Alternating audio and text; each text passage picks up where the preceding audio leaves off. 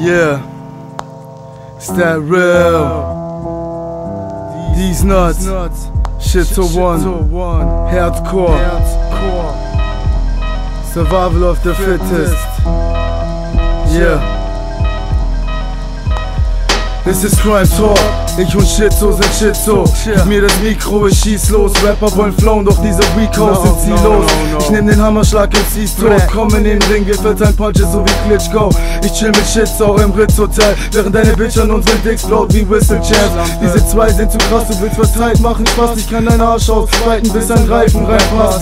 Dies Nuts, ihr Vögelfehler, eure Mütter sind täglich am Blasen wie Trompetenspieler. Ich zieh die Basic drüber und schon ist dein Ass klein. Das einzige, was du am Blazen bist, ist deine Crackpipe. Deine Mama sagt, du Stricher, geh mir aus dem Weg, weil du ihre Slipper trägst und mit kleinen Kindern schläfst. Jay Palmer, kein anderer Rap so krass, der Krüppel, hört mal hin, was Shitzo sagt. Okay. Shitzo One, der Kampfroboter, Germans aus Liesnatz zerreißen euch wie ein Pitbull-Kinder auf dem Spielplatz. Du gehst Schwänze lutschen, weil du nichts zum Ziehen hast. Ich baue mir eine Rucksackbombe und starte mein Dschihad.